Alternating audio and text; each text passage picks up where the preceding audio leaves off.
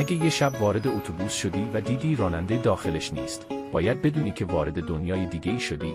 حواست باشه کارایی که میگم با دقت انجام بده. 1. آروم به سمت انتهای اتوبوس برو، کنار مسافرای دیگه نشین. اونا سالها قبل توی همین اتوبوس مردن. 2. وقتی نشستی اصلاً از پنجره بیرون رو نگاه نکن. مطمئن باش دلت نمیخواد بدونی کجا داری میری. 3.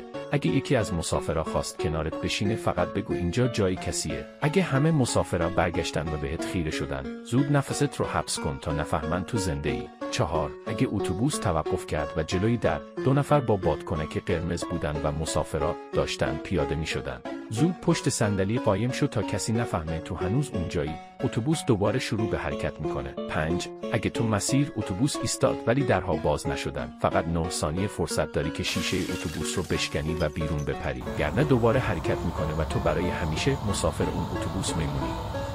موفق باشی.